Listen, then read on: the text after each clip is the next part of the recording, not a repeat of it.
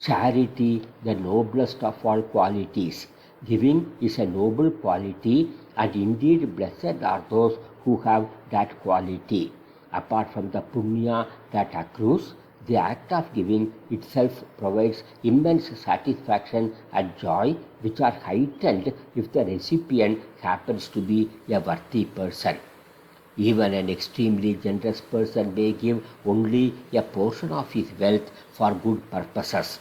Nobody will be ready to cheerfully part with his entire wealth. No rich man will keep his promises if it means losing all his wealth, status, etc. All, barring a few exceptions, will try to go back on their promises on some pretext or the other. Karna and Emperor Bali, the worthy grandson of Prahlada, head the list of those exceptional ones. No sacrifice is too great for these stalwarts. The tendency to donate liberally is inborn. It cannot be learnt from textbooks. There cannot be greater joy in this world than the joy of parting with one's property if that will bring divine bliss. The story of King Bali brings out this aspect. Emperor Bali did not listen to the words of his guru, who warned him that Lord Vishnu has come in the guise of a boy to deprive him of his kingdom. The emperor was advised that untruths were permitted in special circumstances. For Bali, however, even death, hell, poverty, etc. could not cause fear. But untruth he feared. He would not go back on his word.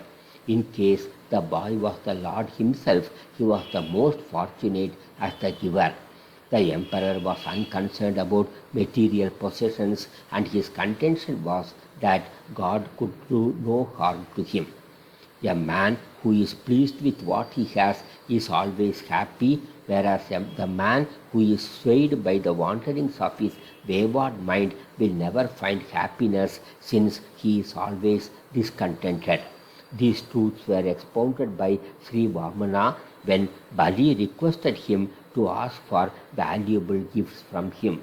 But Sri Vamana was satisfied with his request for 3 feet space. Mahabharata stresses the importance of philanthropy portrayed through the character of Karna. One is advised to utilize his surplus wealth to help those deserving people who are in the lower ranks of society. A person may be prepared to part with even very precious worldly possessions.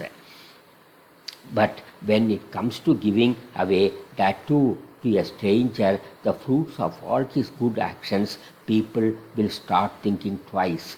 Perhaps it is possible for a man of extraordinary moral stature. If God appears before a person who has risen to such Himalayan heights and asks him to demand any boons from him, then he will desire nothing. The vision of God itself gives them immense happiness which cannot be obtained by any other means. Karna was advised that in order to help Arjuna defeat him, Devendra may demand from him a jewel owned by him. He was also very much aware that this will deprive him of his expertise in archery. Still, he spurned this advice. Never say no to anyone, anything, at any time was his motto.